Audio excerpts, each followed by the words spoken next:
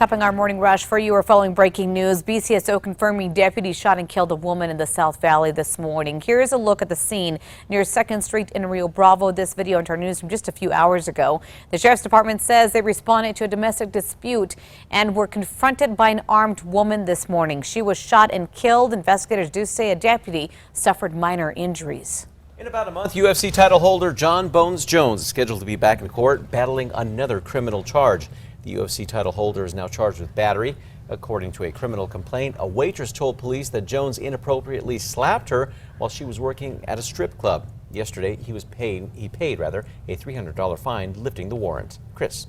David, we have a chance for afternoon showers and storms. Notice by 2 we add in a touch of daytime heating. Showers and storms begin to increase in number, and that continues into the evening hours. Some of these storms may produce very heavy rainfall. Crystal? Happening today, a major protest planned in Puerto Rico as voters continue to call for the resignation of their governor. Puerto Rico's governor, Ricardo Roswell, says he will not step down. However, over the weekend, he did say he will not seek re-election.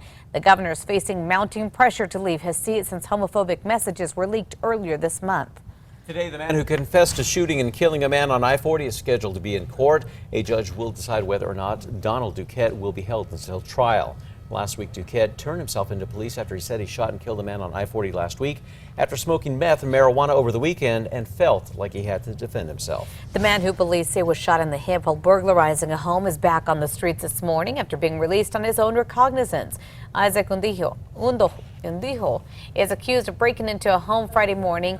Police say the homeowner shot Andujo in the hip. His attorney claims he was just trying to get a glass of water.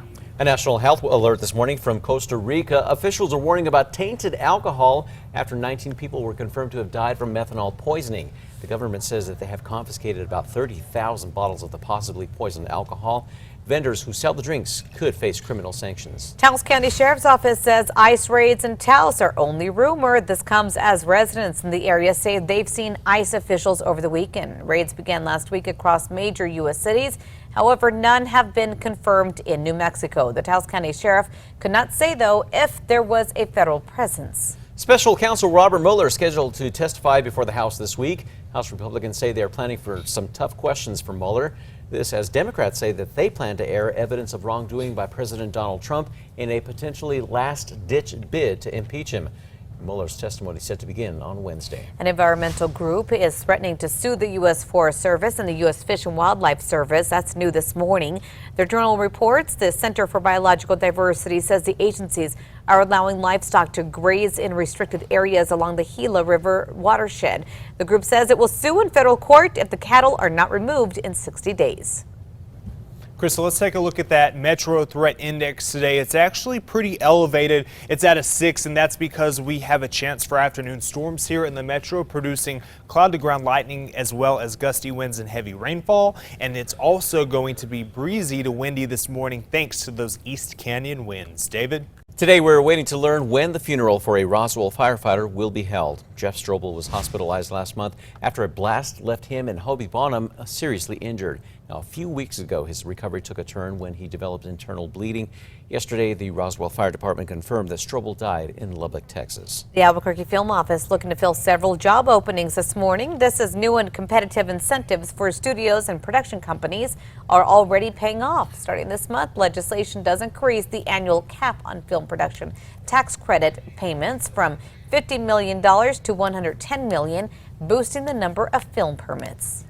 Thousands of dollars will soon help Albuquerque homeless off the streets and into housing. It's been months now since the One Albuquerque Housing Fund campaign was launched, and already officials say that they have roughly $16,000 in the fund.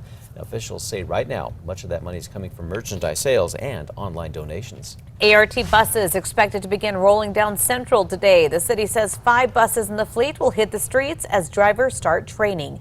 Now, APD is on high alert for you making illegal turns like that and driving in the ART lanes. You won't get a ticket just yet, but APD says they'll be handing out flyers warning you to stay in your lane. Some local veterans are now getting to share their stories on camera. It's part of the Veterans Portrait Project making its way across the country.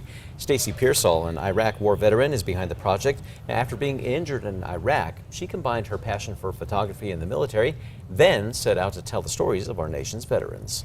With the International Balloon Fiesta just less than 3 months away, here's a look at the 48th anniversary commemorative poster for the event. Looney Tunes artist Daniel Keeling is continuing the theme from the 2018 poster, which features Roadrunner and Wile E. Coyote.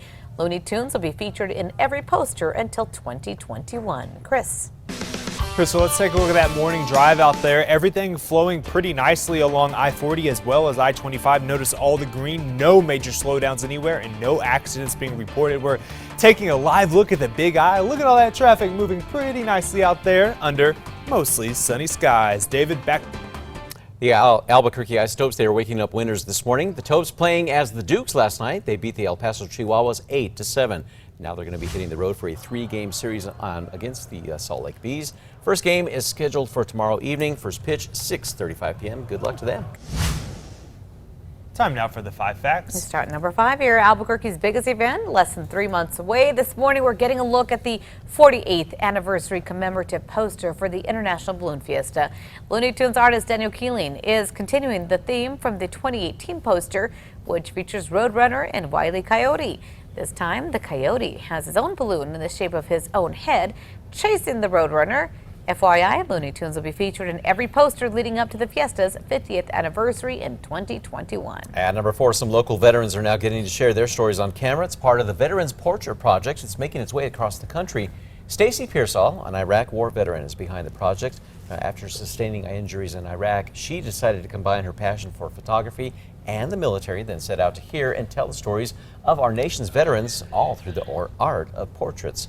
Now, she recently passed through New Mexico telling those veteran stories. And at number 3, a backdoor cold front worked its way into the state. That has increased the moisture and brought down those temperatures. Our metro threat index is hiding at a 6, and also that monsoon meter at a 7 because of the shower and thunderstorm chances for the entire state. Flash flooding a possibility, as well as isolated severe thunderstorms. And number 2, in about a month, UFC title holder Jon Jones is scheduled to be back in court battling another criminal charge. This time the UFC title holder is charged with battery. Yesterday, Bones paid a $300 fine for a bench warrant issued relating to the charge. A spokesperson for the fighter said that he was not aware of the warrant or the charge until News 13 told him. According to a criminal complaint, a TD's waitress told police that Jones inappropriately slapped her while she was working, a claim the fighter refutes. You can find the full statement at alwaysonkRQE.com. On to number 1 now. Bernalillo County Sheriff's Department confirming deputies shot and killed a woman in the South Valley early this morning. Here's new video from the scene. Enter newsroom near 2nd Street and Rio Bravo. They say the woman was armed, then confronted deputies during a domestic dispute just after midnight. One deputy did suffer minor injuries. No identities have been released at this time, but detectives are still investigating the scene, so be aware of that as you head out this morning.